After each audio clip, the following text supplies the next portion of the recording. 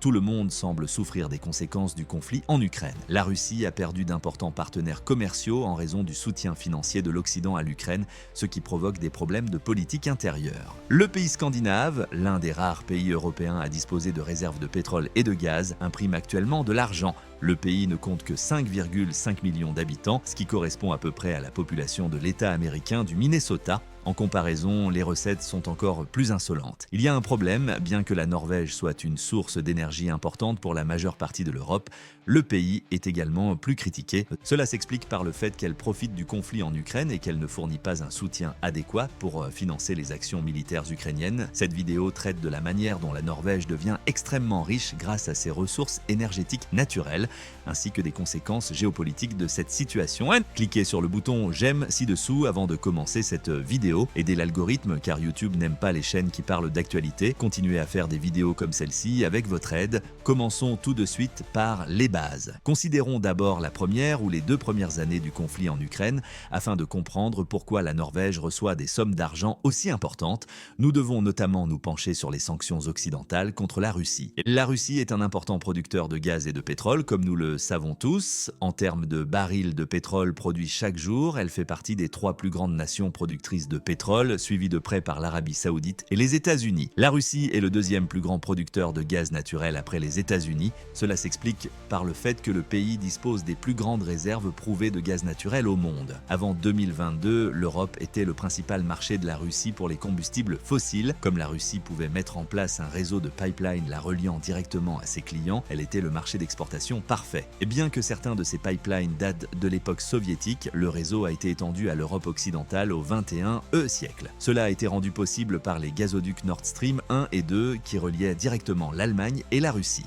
L'Allemagne est de loin le plus gros consommateur d'énergie en Europe et donc un client important. La faute à ces entreprises hautement développées, comme l'industrie chimique et automobile. La coopération économique entre la Russie et l'Europe devait permettre de combler le fossé entre l'Est et l'Ouest. Le gazoduc Nord Stream a été développé sous la direction d'Angela Merkel, pierre angulaire de sa stratégie, mais garçon, il en a été autrement. Tous les espoirs de progrès ont été réduits à néant. Pour la plupart des partenaires, l'invasion de Poutine dans un autre pays souverain était inimaginable. Soudain, les pays européens se sont retrouvés face à un problème insoutenable. Au fil du temps, ils étaient devenus de plus en plus dépendants de l'énergie russe bon marché pour stimuler leur économie. Or, la Russie utilisait désormais leur argent pour financer l'effort de guerre en Ukraine. La majorité des entreprises pétrolières et gazières russes, notamment les géants Rosneft et Gazprom, sont sous le contrôle de l'État. De plus, les taxes à l'exportation et les droits de douane dans le secteur de l'énergie génèrent d'énormes revenus pour le gouvernement russe. Le secteur du pétrole et du gaz représente près de la moitié du budget total du Kremlin. Il va sans dire que sans ces revenus, la Russie aurait des difficultés à financer ses forces armées et son effort de guerre en Ukraine. En fin de compte, c'est la raison pour laquelle les pays européens ont décidé de couper leur approvisionnement énergétique du gaz et du pétrole russe. En 2022, l'Union européenne a totalement interdit le charbon et le pétrole russe, faisant ainsi d'eux sa première cible. Bien qu'elle n'ait jamais été totalement réduite à zéro, les importations de gaz naturel russe ont été divisées par 2. Les autorités occidentales n'avaient pas vraiment prévu les conséquences. Bien que la Russie ait perdu quelques recettes importantes, ses revenus pétroliers et gaziers n'ont pas été totalement coupés en raison de l'inflation des prix de l'énergie et des ventes d'énergie à la Chine et à l'Inde. Comme l'Europe ne pourra pas s'en passer dans un avenir proche, elle continue d'importer du gaz naturel liquéfié russe et un peu de gaz naturel par gazoduc. La crise énergétique massive de 2022 en a été une autre conséquence regrettable. Au milieu de l'année 2022, Gazprom a décidé, en plus de l'interdiction du charbon et du pétrole, de suspendre temporairement la livraison de tout son gaz naturel en Europe. L'objectif était de déstabiliser politiquement et économiquement l'Union européenne en provoquant une crise énergétique encore plus importante en hiver. C'est là que la Norvège entre en jeu avec les 22 et plus grandes réserves de pétrole et les 17 plus grandes réserves de gaz naturel au monde. La Norvège dispose de quantités relativement faibles de gaz et de pétrole. Bien que le pays n'ait pas de grandes réserves de pétrole ou de gaz, cela a suffi à le rendre extrêmement prospère au fil du temps. Bien que la production n'ait commencé qu'en 2022, la prospérité de la Norvège s'est encore accrue. Les producteurs d'énergie en dehors de la Russie ont largement profité de la pénurie d'énergie qui s'est produite après les sanctions occidentales.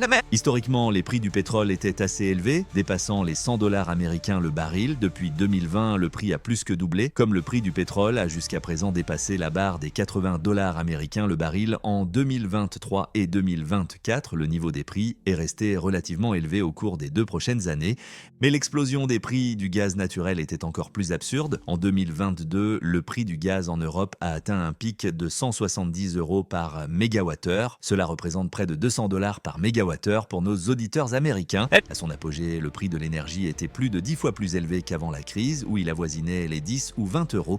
Plus tard, lorsque le prix du mégawattheure est tombé à 20 ou 40 €, les prix ont baissé en Europe. Cependant, comme il a doublé, il reste assez élevé. Il n'est pas nécessaire d'être un économiste d'entreprise pour comprendre que les marges bénéficiaires de la Norvège se sont envolées. En 2022, la marge opérationnelle du groupe énergétique public Equinor dépassait les 50%. Le fait que la Norvège ait gagné une part importante du marché européen de l'énergie n'a fait qu'améliorer les choses. L'Allemagne, le plus grand consommateur d'énergie en Europe, achète aujourd'hui la majeure partie de son pétrole à ce pays. Auparavant, elle n'était que le 4e fournisseur. Avec 52 milliards de dollars US contre 57 milliards de dollars US, la Norvège est actuellement le 2e fournisseur de pétrole de l'Union européenne dans son ensemble, juste derrière les États-Unis.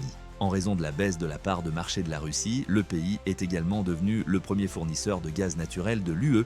À long terme, la Norvège en profitera bien davantage. Le pays gagne désormais beaucoup d'argent sans avoir à faire grand-chose pour augmenter sa production. Comme l'exploitation des réserves de pétrole et de gaz prend du temps et coûte de l'argent, le pays ne peut pas vraiment augmenter ses exportations en un an. On s'attend toutefois à ce que la production norvégienne de pétrole et de gaz augmente drastiquement au cours des prochaines années.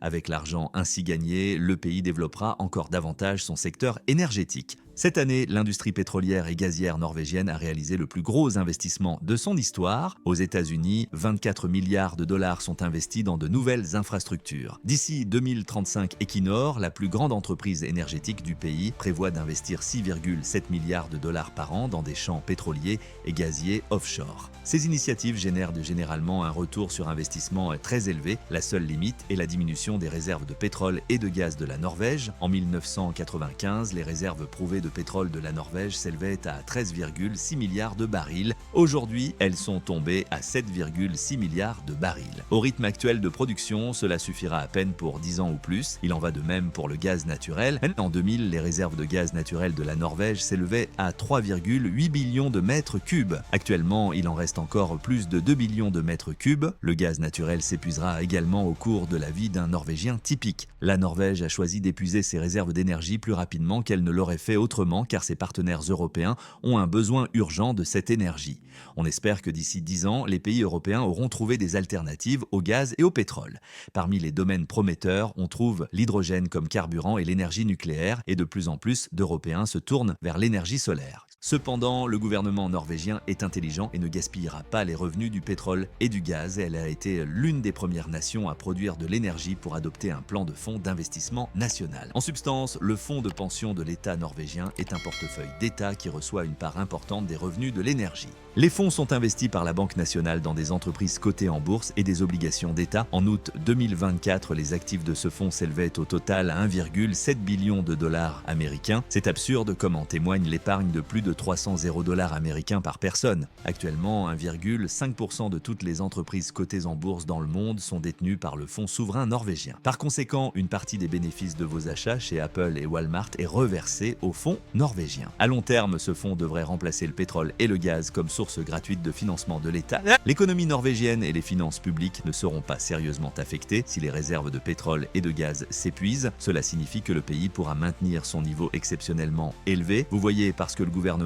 paie les soins de santé à partir d'un certain montant, la Norvège a l'un des systèmes de santé gratuits les plus complets au monde. Grâce à l'ampleur du financement public, l'éducation en Norvège est essentiellement gratuite, de la crèche à l'université. Le système de transport public norvégien bénéficie également d'un soutien important. Le pays dispose également d'un filet de sécurité sociale. Les Norvégiens reçoivent jusqu'à 62% de leur salaire précédent de la part du gouvernement s'ils perdent leur emploi. Les prestations pour les personnes handicapées sont comparables. En outre, l'État s'occupe de votre revenu une fois que vous avez pris votre retraite. En outre, la Norvège dispose de l'un des meilleurs programmes de logement social au monde. Les loyers pour les Norvégiens à faible revenu sont subventionnés par le gouvernement. Il est possible de ramasser des sans-abri dans la rue et de leur donner un logement social. À Oslo, la capitale de la Norvège, être sans-abri est littéralement hors la loi. Les gens s'expriment souvent sur la perfection de cette forme de gouvernement. Nous ne devons toutefois pas oublier que les Norvégiens ont aussi beaucoup de chance. Sans augmenter considérablement les impôts, ces activités deviennent possibles lorsque votre gouvernement dispose essentiellement d'argent gratuit provenant des ressources naturelles. La prospérité de la Norvège est toutefois à la fois une bénédiction et une malédiction compte tenu des nombreux avantages dont dispose le pays. Ses alliés le considèrent avec méfiance. Cependant, étant donné que de nombreuses agences de presse traditionnelles ont des difficultés à couvrir de manière adéquate les actualités mondiales importantes,